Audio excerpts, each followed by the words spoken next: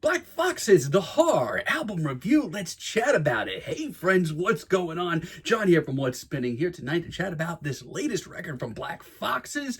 Initially a sort of alternative rock and emo band out of the UK. They've grown quite a bit ever since, but they've been dropping music for a while now. And in their early days, as far as modern emo and post-hardcore goes, I feel like the band was actually ahead of their time. Their debut record, I'm Not Well, this thing impressed the hell out of me just because of how raw and emotional this thing got.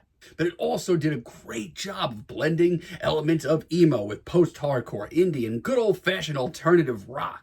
Now, their next album, Rarity, I was honestly really impressed with as well. And it caught me off guard, not only just because of how decent the album was, but also just how many eyes were on it. This thing landed on a lot of year-end lists. And I'm glad they were, because this was a much more expansive album that showed Black Foxes pushing their sound to the next level. And for me, for the modern emo scene, these guys just sounded right on time. Now, fast forward to 2020, they dropped their self-titled record, which was a very different state of affairs, to say the least. They went for a much more art rock and post-hardcore inspired sound on this record, and truth be told, I really wasn't vibing with it at the time. As a matter of fact, when I re-listened to this thing a couple of weeks ago in preparation to review this record, it's still not hitting me. Hell, still, after listening to this new record, the Black Foxes record is just not for me.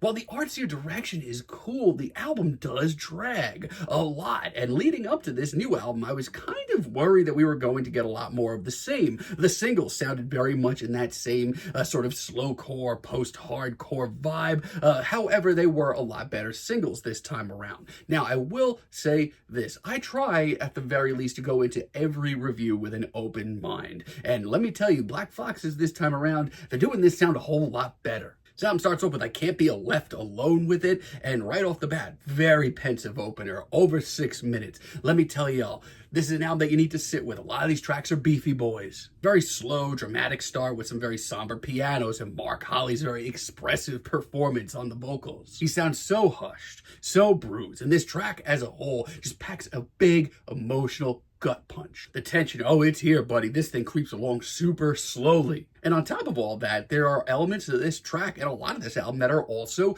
gorgeous. The strings throughout this whole project, usually the star of the show, they don't come in too often, but when they do, it is beautiful. But just as this album rolls along, just realize that the band has evolved quite a bit, and they are not the same band that pushed out albums like I'm Not Well and Rarity. And like I said, you can argue that these are the sounds they were working with on their self-titled record, but man, let me tell you, this time around, they're doing it a whole lot more justice. Then we have Ha Ha Ha, and once again, the tension here, my lord. This one has a very wiry, almost math rock or post-hardcore influenced riff. Like, this entire track just sounds like it could just break at any second. Then this riff comes crashing in and whoo! Once again, we also get another very calculating, very manic performance by Mark Holley, and they just get wilder and wilder as this album rolls on. And I'll just be the first one to say it. My reservations about this record, they were completely wrong. Plus, the production to this album is really impressive. A lot of it just sounds very in the moment, very raw. And if you know anything about the recording of this record over the last few years, that kind of checks out. Then we have Where Have You Been? The quiet, the unbearable quiet of this record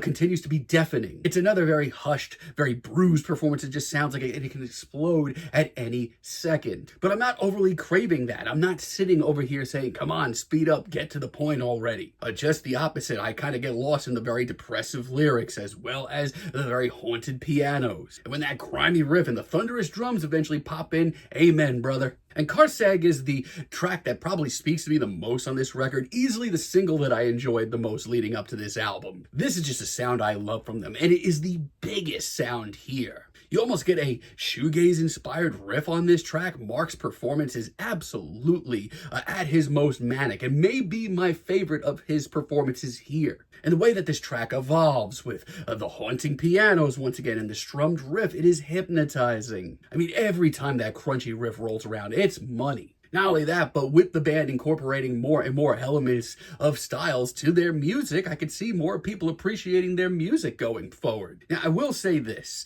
This is a sound that's not going to be for everyone. This is an album that you really need to sit with. And at times, that sound gets a little much for me, a little monotonous. Like Turn Out the Lights, for example. Sorry, this one's just not for me. I mean, the best way I can describe this track is the sound of this record, but done a lot less interesting. This cut, I don't know, it just seems like one of the more directionless ones here. Just kind of wanders around and never gets where it's going. Even Mark on vocals doesn't sound that interested in what's going on. And Shaky is easily my least favorite track of the bunch. I don't necessarily mind the hazier and dreamier sound. As a matter of fact, it's been done on other tracks on this album really well. But for me, once again, this track's just a little too light for me. It doesn't sound necessarily even nearly as cool or introspective as some of the other tracks here. It just sounds lost. And as this track rolls on and on, I only feel more and more like that. I mean, my God, the keyboards of this track take me out of my good mood entirely. And let me tell you, all of a sudden,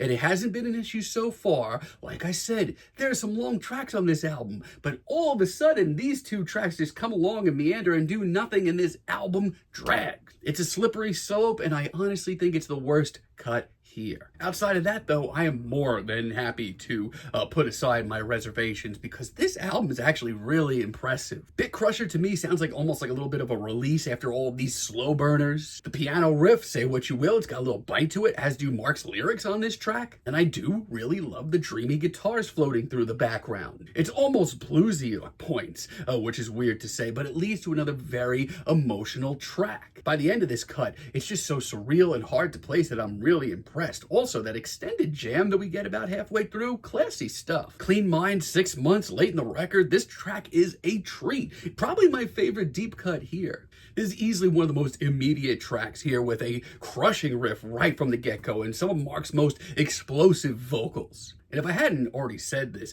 my God, the quiet to loud dynamics of this record are really scratching some itches. It's Black Foxes at their most raw, and to coincide with the rest of this record, yeah, the last minute of this track is absolutely stunningly beautiful. Darker Than Light's really great too, another very pensive, slow burner late in the record. The plinking pianos, Mark's very hushed performance, the very slow tapping of the percussion. My God, this track will have you on the edge of your seat. And speaking of Mark, the intensity of this track, the imagery in his lyrics, it's pretty wild stuff. But while this is another very tense, wound tune that sounds ready to pounce, there's also a therapeutic edge to it. And once again, by the end of this, it's absolutely gorgeous. The string work on this record is a massive plus because they don't bring it out for every track, but whenever it does show up, it really adds to some stunning moments. And the image of perfection, they've saved the longest cut for last, over 10 minutes. Did I mention this was a single? Oh man, but this track gives me the chills. I almost called this my track of the album. The